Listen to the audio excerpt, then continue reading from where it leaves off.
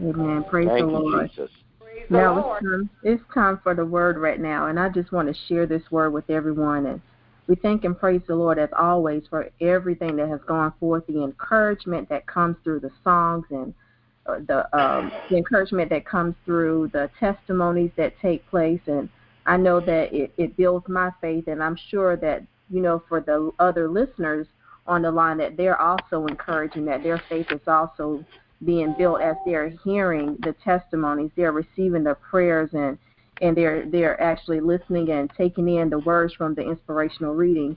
But right now it's time for us just for the word, and I'm praying that this word actually encourages you, and it's a very familiar word. The title is called "It's Time to Tear Down the High Places," and I'll be coming from Numbers, the 33rd chapter and the 52nd verse, and it reads, "Then you shall drive out all the inhabitants of the land from before you, and destroy all their molten images, and demolish all their figured stones, and destroy all their molten images, and demolish all their high places." So here the Lord is actually giving a command to I believe Moses, and telling him that once you go into the promised land, that you actually have to get rid of all of these different things, but most of all you have to get rid of the high places. And in 2nd Chronicles is another scripture, 17th chapter and the 6th verse, and it reads, "He took great pride in the ways of the Lord, and again removed the high places." So this speaks of the king in 2nd Chronicles, and it says that how once again he's been restored back to in his relationship with the Lord, that he began to remove those high places. So right now you're probably thinking, what are the high places? So let me go in more detail about the high places. Amen. Our minds have the power to determine, and everyone could agree to this, our minds, your mind and my mind, has the power to determine the direction of our day, and for the most part, our lives. Can I get an agreement on that? That Amen. whatever takes place in our mind, it has the power to determine the direction of our day and certain parts and most parts of our lives. So in the Old Testament, high places were places where idol worship took place. Israel at this time was prohibited from worshiping in high places. In fact, prior to entering the Promised Land, God gave specific instructions for the destruction and removal of these high places and idols. And I read that in the chapter, the verse from Numbers, the 33rd chapter and the 52nd verse. So today, God is still telling us to do away with the idols and high places that will come to occupy our minds. And if you're wondering what those high places are, think about those thoughts. Think about how sometimes you may think that someone's being high-minded, but think of all the times where you wanted to take control over situations that were outside of your control, and that you actually operated and leaned into your own understanding, and you depended upon your own knowledge to get around and just to move around in life. So right now the Lord is saying, I want you just to tear down these high places. I want you to get yourself in a position where you can actually hear from me and you can trust me and take me at my word.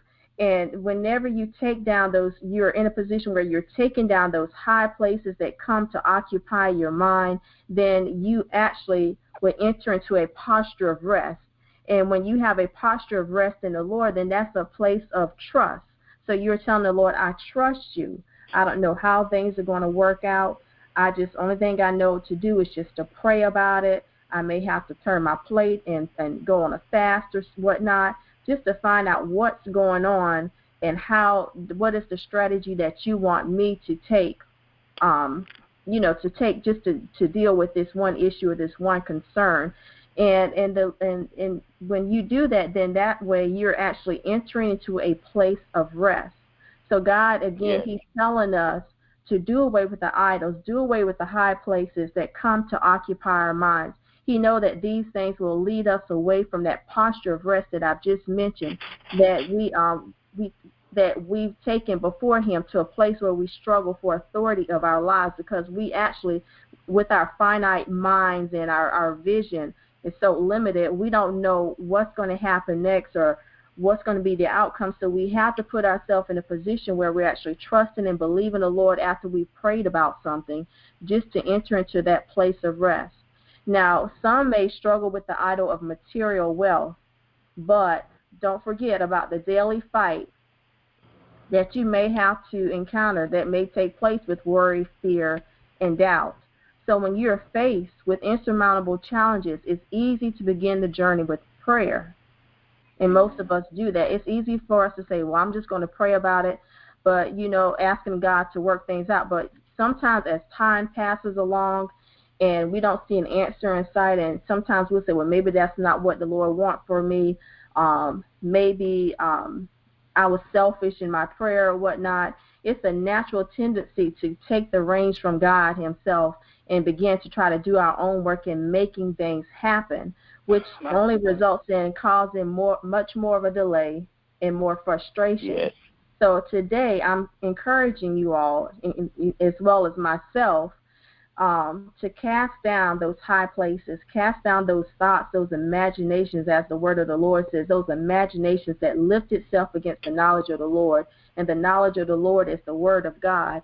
So anything that takes us beyond the word of God and that it's exalting itself above the word of God in our lives, then we have to cast those thoughts down, and we have to put ourselves in full alignment with him so that we can receive his rest. And, the Lord commands us even in the 46th Psalm to be still and know that he's God. So sometimes just being still and being quiet and not moving, that power, there's power in silence in him, that he will just give us rest. He'll give us the answers that we need to our prayers, even for the prayers of someone else. If we've prayed for someone and we're believing that the Lord is going to work things out for them, and sometimes we actually have to be still so we can actually receive that revelation for someone else, because the Lord will honor our prayers for other people. Even as we're interceding for them, he will honor that. If we're praying for someone to receive healing, the Lord may even give us a revelation to whatever it may be that can actually bring them to full restoration and healing in their bodies and their minds, and whatever it may be, he will give us that revelation if we ask. So that's one thing about the Lord, is that a lot of times if we are praying and we're asking him about something or for something, that he will not skip us. He doesn't play hide and go seek with his will. He'll actually make it clear to us what his will is, and he'll make his answers clear to us so that we're not all over the place.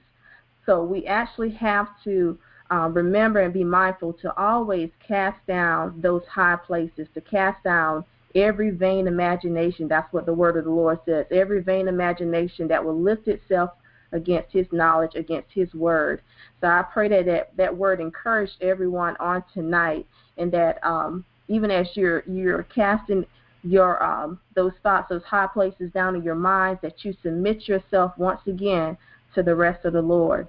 Amen. So praise the Lord for just the word, and we praise God for just our time on the line tonight. I thank and praise the Lord that every week that we are seeing that the numbers are growing here and the listeners are coming. We thank and praise the Lord for the testimonies that's gone forth, and even for those who have, the Lord has impressed upon your heart just to, give or send like a financial seed. We praise and praise the Lord just for that, because it's been a blessing even to the ministry right now.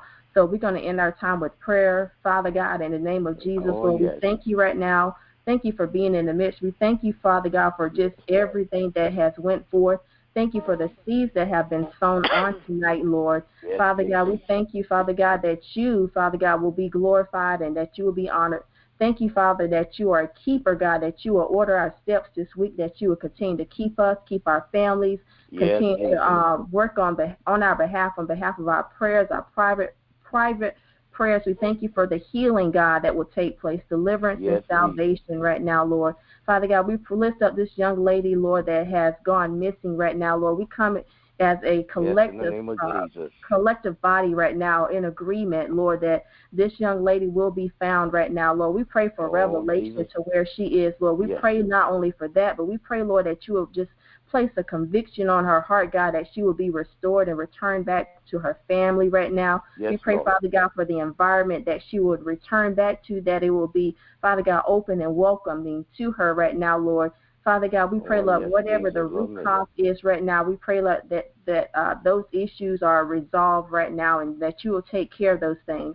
And we pray, Lord, your Yes, hand Lord. of protection upon her, even right now, Lord, that while she's away, that you, even before the moment that you restore her, God, that you continue to keep your hands of protection upon her and guard her life right now. We thank you right now for us in Jesus' name. We pray and we thank you for everything you're going to do. It's in Jesus' name we pray. Amen. Amen. Oh, yes, Lord, the powerful name. Yes, Lord.